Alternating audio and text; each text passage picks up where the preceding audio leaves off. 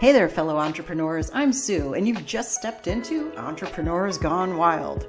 Every week, I'll introduce you to a friend of mine, a remarkable entrepreneur who's not just changing the world, but also harnessing a secret weapon, time outdoors. Together, we'll dive into their journey, unpack invaluable business advice, and discover why embracing the wild is not just good for the soul, but also a goldmine for inspiration and innovation. Ready to uncover the secret that's boosting bottom lines and fueling joy? Hit subscribe and join us in the wild.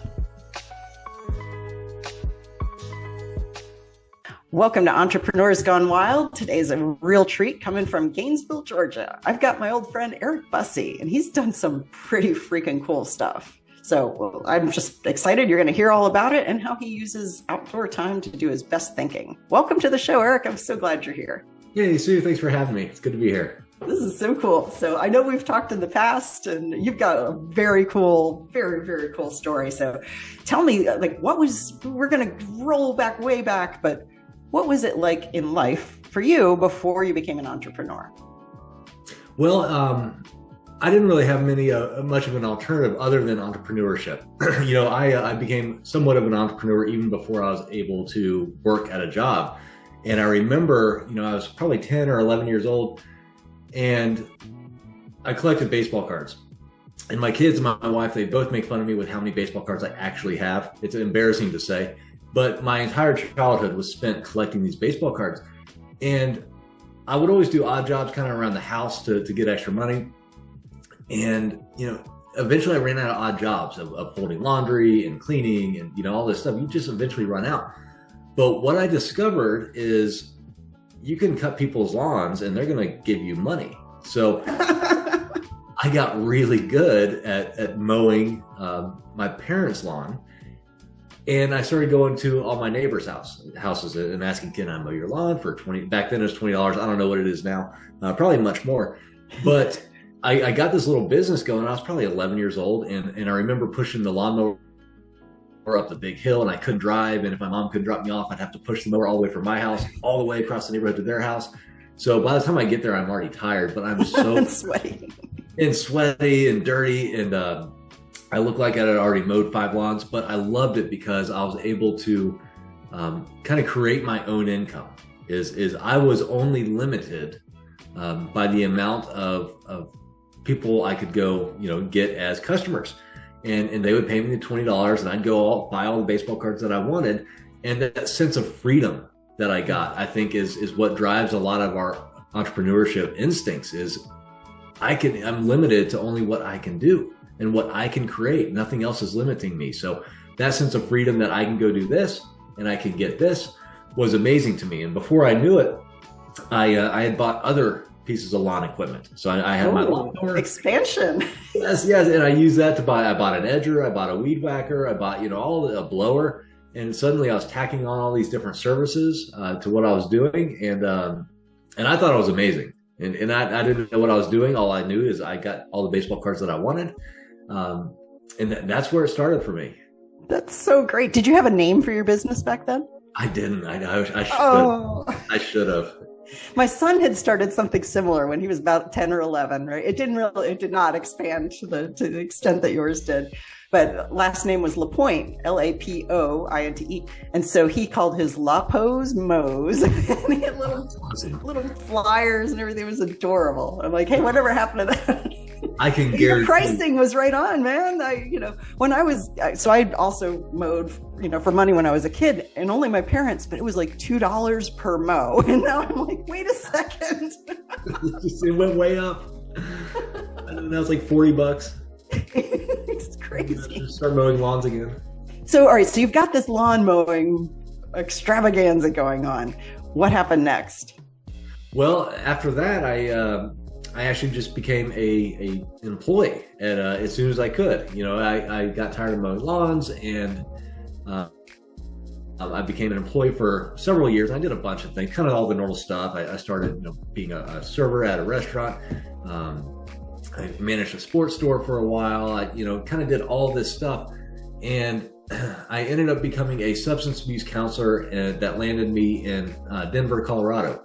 Oh. And I remember, this was was probably 23. So this was quite a while after mowing the lawns. But I remember that bug kind of coming back and thinking like, man, I really want to create my own thing.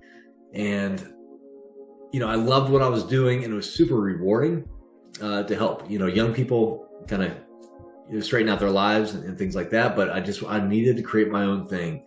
And that feeling got so strong that I said, you know what, I'm going to move back home to Georgia, and I'm going to, kind of follow this passion and see where it leads me.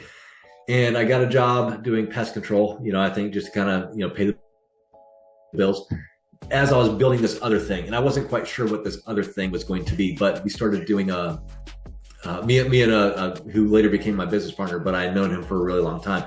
He had been going to garage sales and selling what he found on eBay. And to me, that felt like treasure hunting, which was, I love treasure hunting, it's like the coolest thing in the world to me.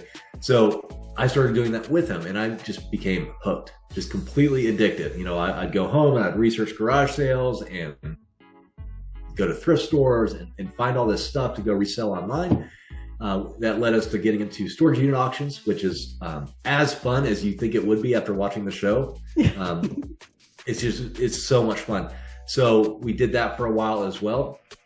As I was doing that and growing that side of things, I was still doing the pest control. And eventually we discovered Amazon.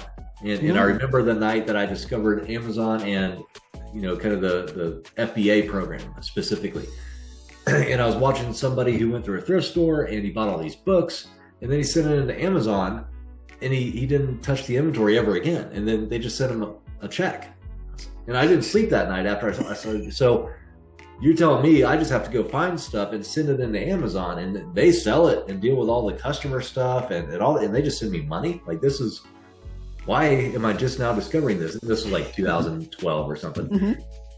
So we completely pivoted and started doing that.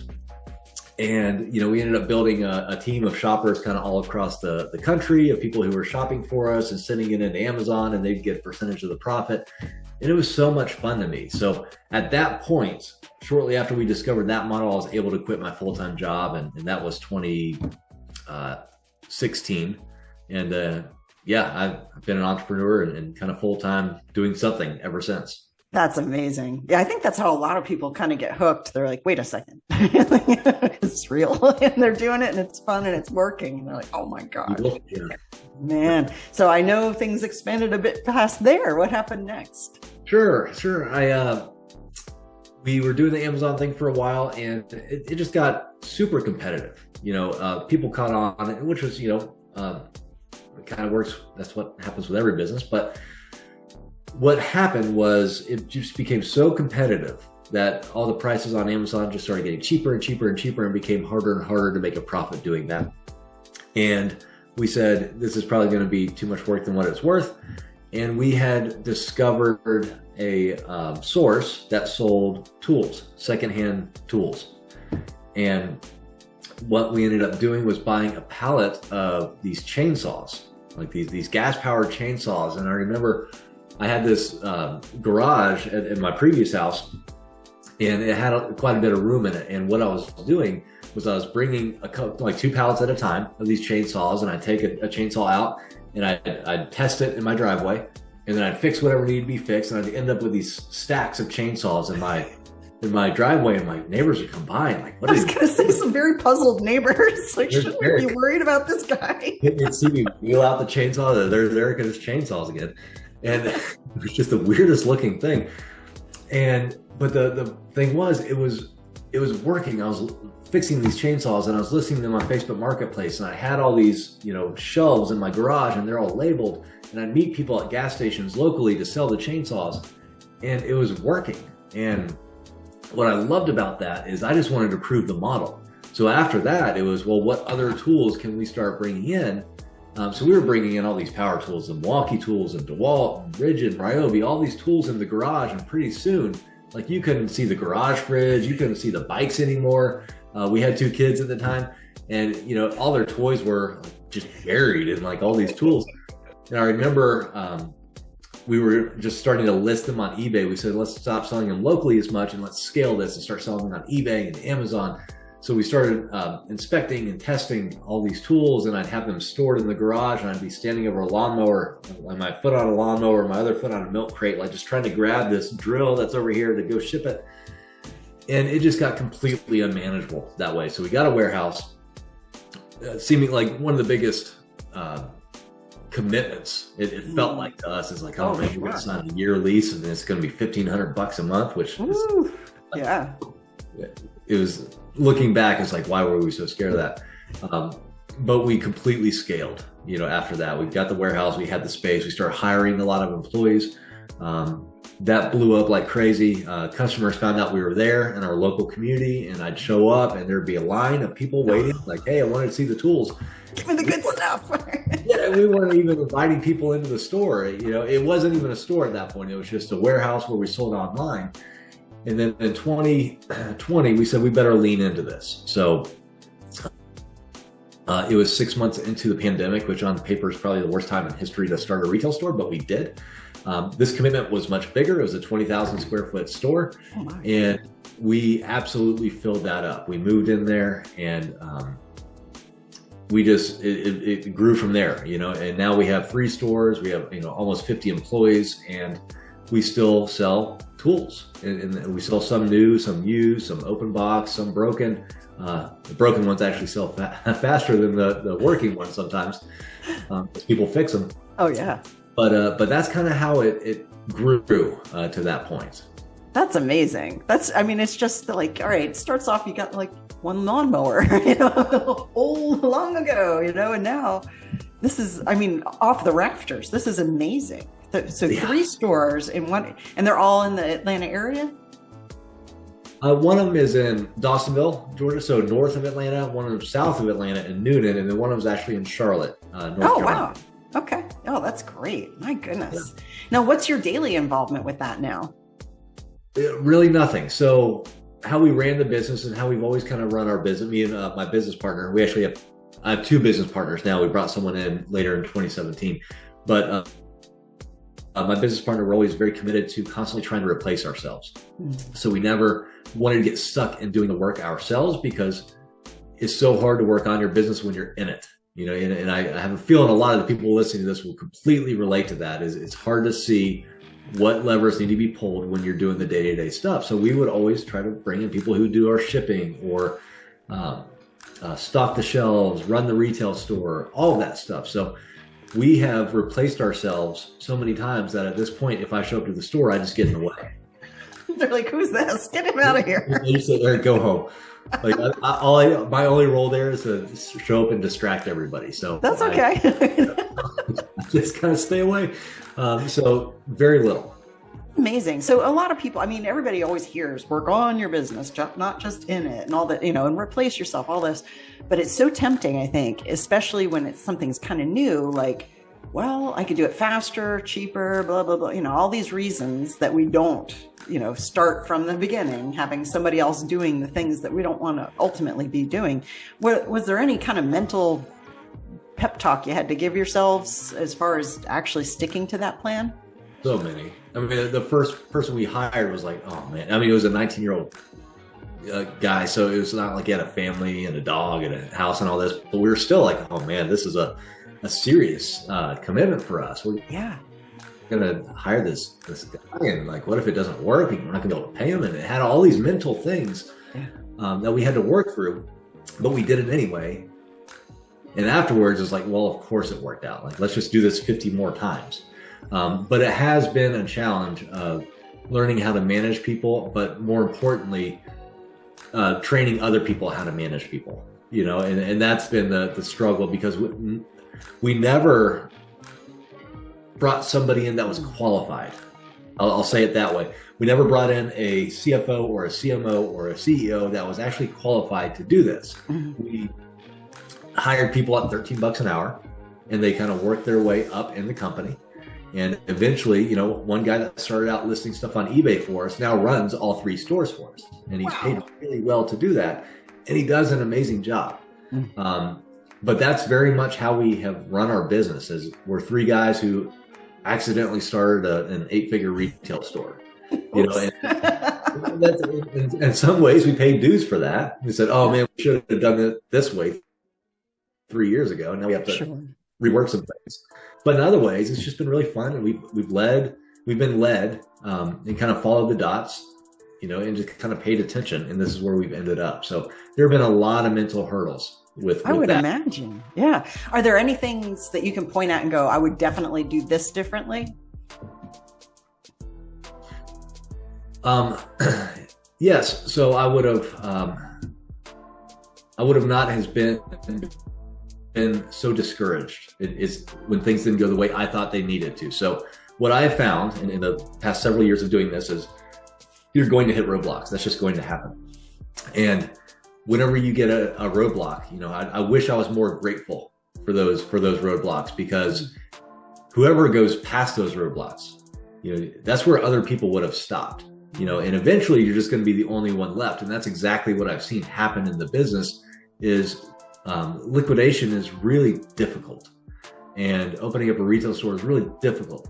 And that's why we see a lot of these stores pop up and then they're gone 3 months later, because they don't want to inspect everything. They don't want to test everything. They don't want to offer a warranty or a return policy or anything like that, or, make the store look like an actual store versus a junk store. Yeah. So those were all roadblocks that we hit that were really discouraging. And that's where I see a lot of people stopping, and they're all gone. They're all, jumping to the next shiny object. Where we're able to be stable and continue to grow our business predictably, because we have that mindset where we're going to hit roadblocks. And as long as we keep going through those roadblocks, and instead of getting so discouraged that we stop, eventually we're just going to be the only ones left. So I do wish I knew that a little more. That's a great perspective on it too. Everybody does encounter those things, and we muscle through it. We, grit our teeth, whatever, all this, but to have an attitude of gratitude about it that's a bit of a different perspective. You have to have something very strong driving you in order to get through those, this pitfall, and everybody hits them. What was driving you to just keep going and not abandon ship, not get shiny object syndrome, any of that? Well, it was the freedom that I wanted. We all had a dream that we wanted. When I started, I just wanted to make an extra $500 a month, and now we have the dream of we're working from home. We're able to be home with our kids, and we homeschool as well. So all of us, the owners, so we're able to just be a part of that and participate in our kids' lives the way we said we always wanted to, and we're super grateful for that. But that was the driving force initially. Was we just wanted that. It's fairly self-centered. But then when you get to see what your business is actually doing for the people that work for it and in it, it's a whole new sense of gratitude, because it's something that we didn't really plan on because we had never seen before, but people really love working there. And they really grow as people, because we promote, being happy more than we do, making a ton of money, and that's important too. But their happiness and who they are and how they grow as people is super important to us. So it's changed. It's changed for sure. That sounds amazing. And it sounds like probably not the norm, in the tool world. Right. You don't think of them being, tool business owners being like, we care about your happiness. So it's got to be an unusual thing for them too, and probably a wonderful surprise. And with this opportunity to come on, and rise through the ranks, that's pretty amazing what you've created. How many employees did you say you have now? I think it was 46 last I checked. That's amazing. That's 46 families out there that are, having a whole different kind of life because of what you've created. Hopefully. Yeah. What we hope is it's definitely better than it was, Yeah, for sure. All right. So now you've got 3 shops open. You don't have to be there. It's doing 8 figures. What do you do with your time? Well, that's a good question. So what I started doing, and I should have thrown this in there, but when I was in the warehouse and we said, we're going to lean into this retail store thing, I wanted to find a way to get people to the retail store, because we were in this warehouse that was just there. We had no business having people into the store. There's grease everywhere. It was a mechanic shop before. There's grease everywhere. There was saw blades in the walls. This was just not good news. And it was tucked away way back in this industrial complex that you would never you would never end up there if you're just not driving. on purpose. On purpose, yeah. So it was a very strange place to have a retail store initially. So I had to get really good at bringing people to it using Facebook ads. And my business partner, who is the CFO, and I by default became the CMO, I always wanted to spend the money, and he always tried to keep me from spending the money. So there's always kind of that battle. And he was so frugal that I had to get very, very creative in how I ran these ads. So I used the ads on Facebook, which were just very simple shop from my iPhone ads. And it was just me, bumbling over my words and shaking the phone is very authentic, I guess I would say. But I would begin to get people into the store, offering them a coupon, but also getting them onto my email list, my text message list, my messenger list, all with the same ad dollar. And I got really good at doing that. So the whole goal of that was, one, to get people into the store, to scale that, but it was also to build a list of people who I know loved tools that I could one day launch my own brand to. And that's exactly what we did in 2021, I believe, was we launched Rebel ToolCo, which was a tool organization company. And we did that using the audience that I built at the tool store. So the audience kind of served both purposes, but it was, one of the few things in my life that I did on purpose, and thought about beforehand. Say, you know what, I'm going to build this audience and sell tools, but I'm also going to use it later on to launch my own brand. And we did that and sold that recently. We'd only been at it for a little over a year, and it's not the big exit that we were looking for, but I did what I said I wanted to do, was build a brand and sell it within a year, and it took a little bit longer than a year.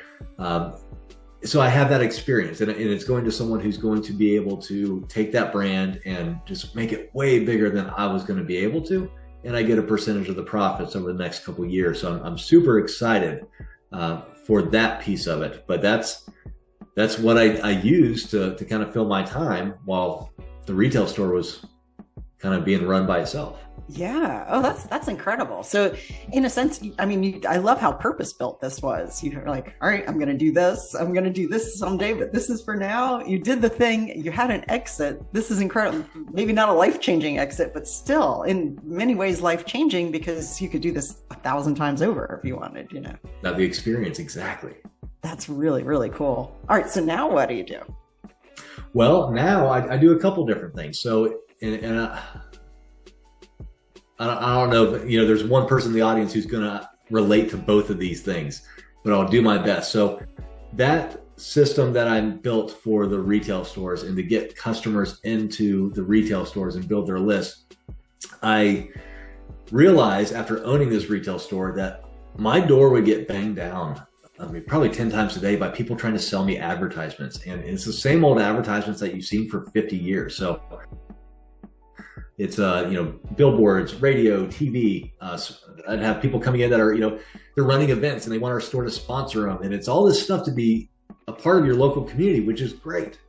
But I'm realizing retail stores, they don't, or local businesses for that matter, they don't have many other options. Right. The only other options are you get emails 5 times a day for your SEO, or I found problems on your website, or all these other things that I get probably literally 10 messages a day saying people want to, fix my website. I was like, I don't care. And they all sound the same too. It's all yes. So I realized everyone who has local business is doing the same thing, and they're all being fed the same kind of stuff, and they don't have the time to go discover their other marketing, or other opportunities they can have for advertising, because they don't have the time. They're putting out fires. So I started offering that system that I built to other local businesses, and there's, a pet store in Florida, another liquidation store in Alabama, down there in Dothan, pretty close to you, and a butcher shop in Mexico, and then a landscaper. All these different industries, because I want to make sure that this works for every local business, not just mine. And so far, the results have been absolutely amazing. Their numbers have been better than mine. So I'm getting pretty clear that I can predictably help any local business bring in new customers and build their giant list profitably. And it's really fun to watch because it was something that just really came out of the fact that I wanted to spend money and my CFO business partner was trying to keep me from spending money. So I had to be really efficient with it. So now I'm able to kind of do that for other local businesses. The other piece of what I'm doing is I have a mentor in Travis Sago, and Travis is very focused on offer creation and selling in a way that's actually going to genuinely help people. And he's been doing it for a really long time. He's very, very successful. And a lot of the principles he teaches can be applied to any business. So as a retail store owner, I just followed him anyway. But what I began doing is taking a lot of what he teaches and applying that to other people's businesses. So if there's people with digital products, so maybe they have a course, maybe they have a higher ticket mastermind, like a $20,000 mastermind, but they're having trouble filling that mastermind, but they have course sales. I'll come in and just see if there's anything that we can do, and it's all performance based. So I don't get paid until my partners get paid, and for that reason I'm pretty picky on who I'm able to do this with, and it's not going to be for everybody, but the people that it is for, it's almost a no-brainer offer. I want the offer owner to kind of take as big a bite of an apple as they can, and once they throw it in the trash, I'll pick it up and I'll see if we can do anything with it, Love it. I love it. It's like when you've got a roast, right? And it's like, all right, we had a couple meals from this. Now what else are we going to do with it? You can slice, dice, and really pull some value. When somebody thought, well, I guess this is just done. It's not, it's not going to work. Well, you get somebody like you, and, having worked with Travis and all that, I like, the guy is brilliant. His angles on stuff, you're like, how did I not see that? It's so plain as day, Who was not following really should start today. He's amazing. Yeah, he's really, really cool. That's fantastic. So with that, mostly coaches, like high ticket programs, or a specific niche, or kind of anything? Yeah, and no specific niche. It's worked in all sorts of different ones. Coaches, course creators, consultants, anyone with a digital offer.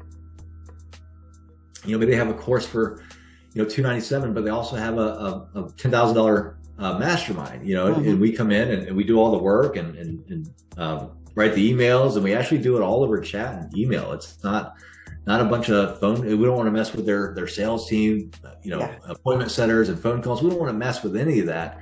They can continue to do what we're doing. We're really just coming in and filling in the gaps. So it's all stuff that they could likely do themselves, but it's not necessarily worth their time. And a lot of times we have quite a bit of success doing that, to where we just continue. It's an ongoing basis. That's really cool. So what does your work for this look like on a daily basis? Or are you even doing stuff daily?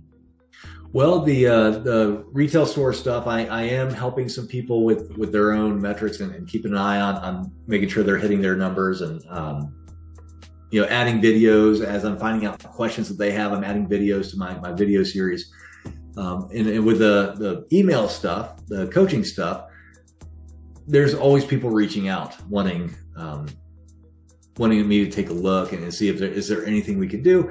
And unfortunately, a lot of times I have to say no, because it is super risky for us. We are putting a ton of time into it, because we're having calls with the offer owner, and we're figuring out exactly what they're selling. And a lot of times it's a little bit deeper than what they think they're selling. And we're writing the emails and having these conversations with their people, with their email list. And that can be pretty time consuming. So all of that takes a good bit of time. So it's enough to keep us busy for sure. Oh, I bet. That's amazing. That's really cool. I love, though, that you're able to use just all this knowledge that you've accumulated and practiced, and that you know this stuff works. I've already used it. And now you can kind of be really selective, because like you said, it's not going to work for everybody. You have to, on your end, make sure it's going to be worth it for you and that you can actually help them. But that's, I like that. Super high integrity businesses. That's really, really cool. Good. Yeah. I mean, if you're not truly helping people, it's hard to, feel really good at the end of the night about what you did that day. So it's fun. It's got to be fun. And that's my number one thing, is a lot of these coaches and course creators, my number one requirement is it has to be fun. It can't be something that, somebody who's angry and like, super scarcity mind and things like that. I don't do well. And I'm not saying that's bad, but that's just not me. Yeah. And that's not fun for me. So if something's not going to be fun, then I'm just not, I'm in a position where I don't have to do it. And I'm really grateful. Oh, that's so great. So, it seems like the drivers all along. First it was baseball cards, and then it was, I really want this freedom. And now I love this. So you're able to go, is this something I'm going to feel really good about doing? And it's fun for me. And that's beautiful. What have you noticed about your own, experience in life, having come through all of that shift? Well, that's a really good question. So what have I noticed about my own experience in life? Because a lot of things have shifted for me.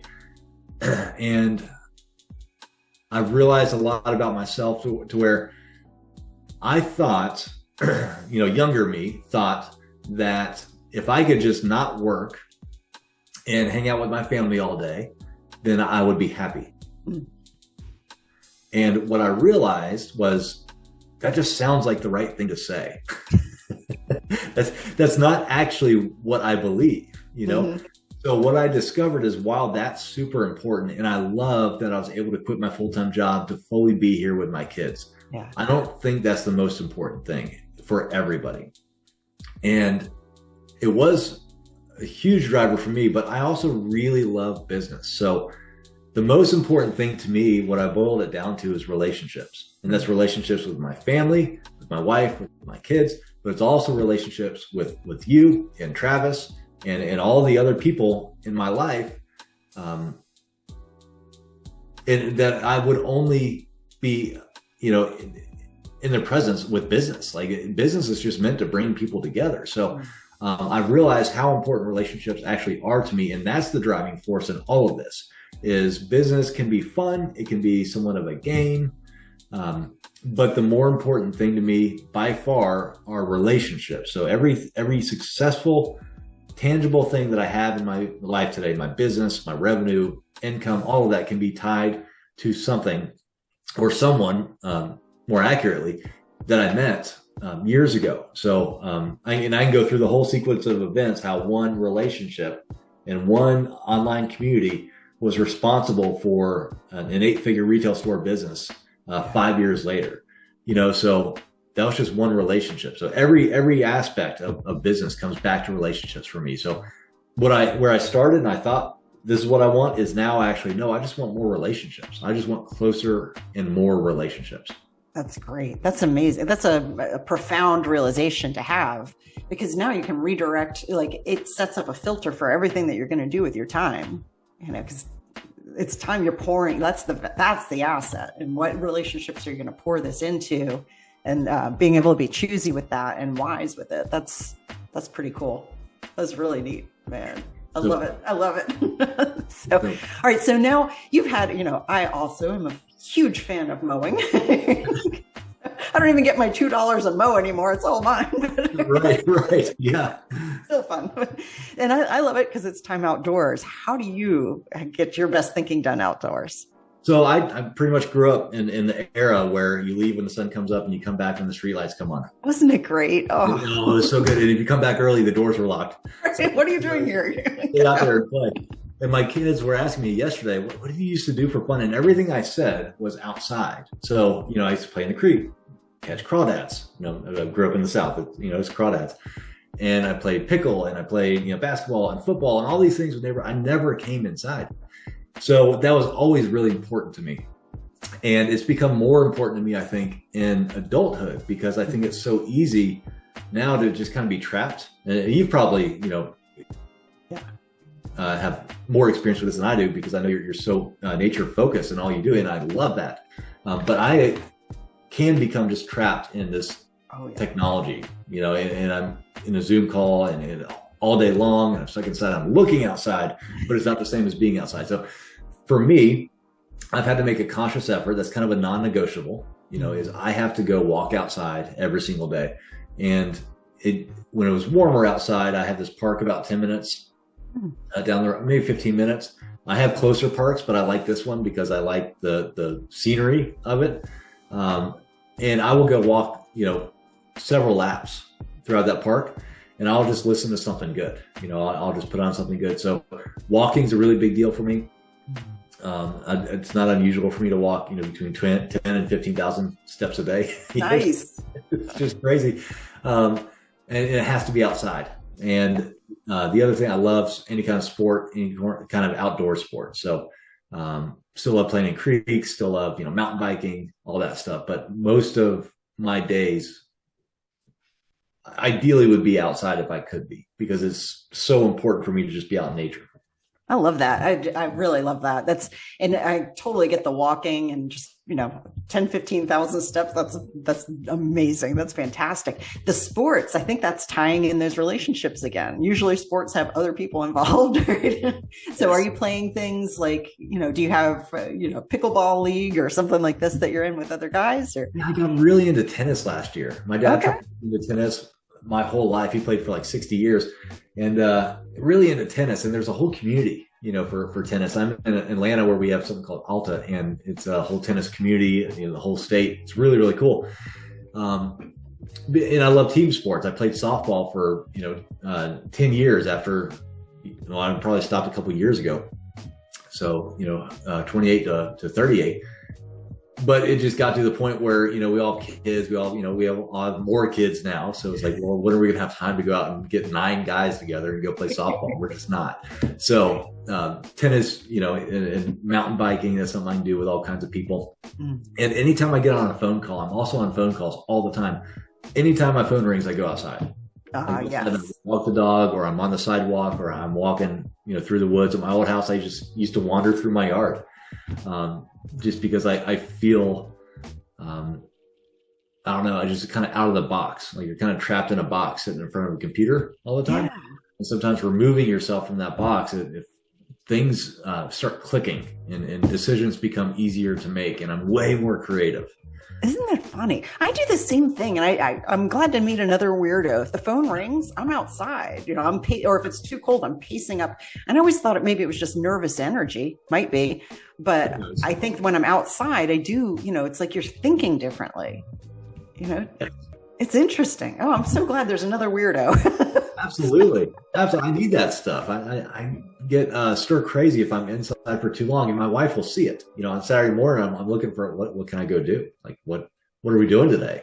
And they just want to sit. Like no, we're going to Home Depot, then we're going to the park. I don't know what we need. We're going somewhere.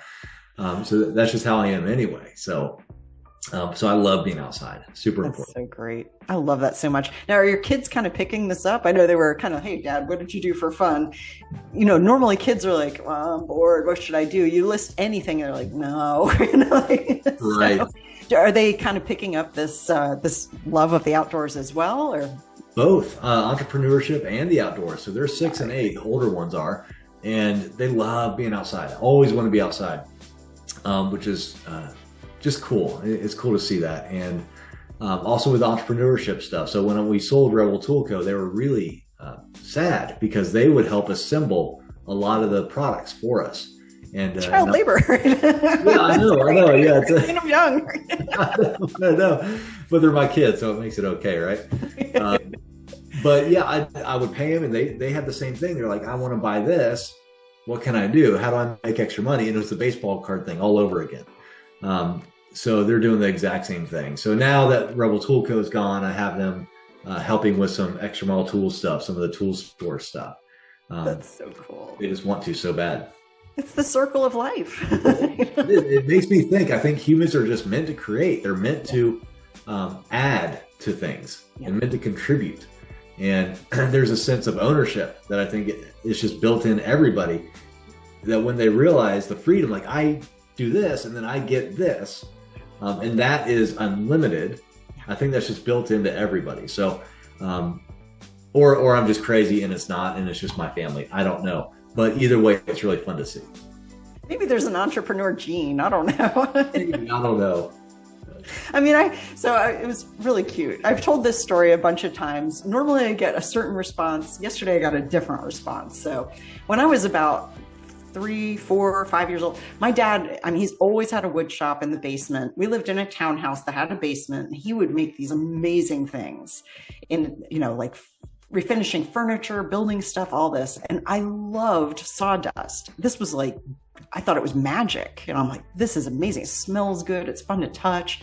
So I had a little wagon. I filled it with sawdust and I went door to door to sell it. Oddly, nobody wanted to buy sawdust. But so I've told this story a few times, and normally people are like, you're so lame. That was a stupid thing. Like, who would buy that? That's cute, but really stupid. Like dorky kid. My husband was like, no, that was like the start of your entrepreneur. You loved this stuff. You thought this was immensely valuable. You wanted others to have it and to trade value with you. And I was like, thank you. Absolutely. And you let your market do your marketing. They told you whether they wanted it or not. You said, I like it. I'm going to go offer it to people. And that's all business is. Exactly. Love that. I was like, thank you. That kind of redeemed a little bit of, I was like, oh, bad business ship. But no, that was, it was a trial offer, and with the data, showed that this was not a viable position to be in. But it's like Rich Dad Poor Dad when they try to physically make their own money. They're melting down and they need a mold to make their own money. And the dad comes and like, you can't do that. But I love the entrepreneurial. It's fun. That's neat. So I personally, I love what you're doing. Yeah, I'm all about, especially with building the retreat center. I'm like, oh, what kind of dirt mover is that? Oh, well, what is that? Well, okay, is it really dangerous to have a wood chipper? How about that? Right. Like getting all the info, all these things, growing up, and the message kind of in school for us was, stay in school so you don't have to you don't have to work with your hands. You won't have to be outside. I remember saying that to my kids, like, oh, you don't want to have to work outside. Just better do good at school. And now my whole thing is I want to go work outside. Right. We want to get back to where we started. Yeah, it's amazing. But so this is really cool what you're doing. I think this is fantastic. Now, how would somebody know, like, wait a second, you really caught my attention with the, the high-end courses. How would they reach you for that? And then we'll talk about the other ones as well. Well, both of them would be Eric at Main Street Maverick is kind of the brand. Just reach out via that email, whether it's a local business that just needs a little bit of extra help, or really an agency that also has local business clients. This would be something that they just kind of immediately bolt on and start increasing their revenue as well. And with the coaching and the digital offer stuff, same thing, Eric at mainstreetmaverick.com. And just say you came from this podcast and I'll know. I love it. Well, we're going to have to check back with you in a couple of years, because who knows? You're doing awesome stuff and you do it fast. So. Right. Well, I appreciate that. That's great. Thank you so much for joining us. Oh, you're welcome. Thanks for having me.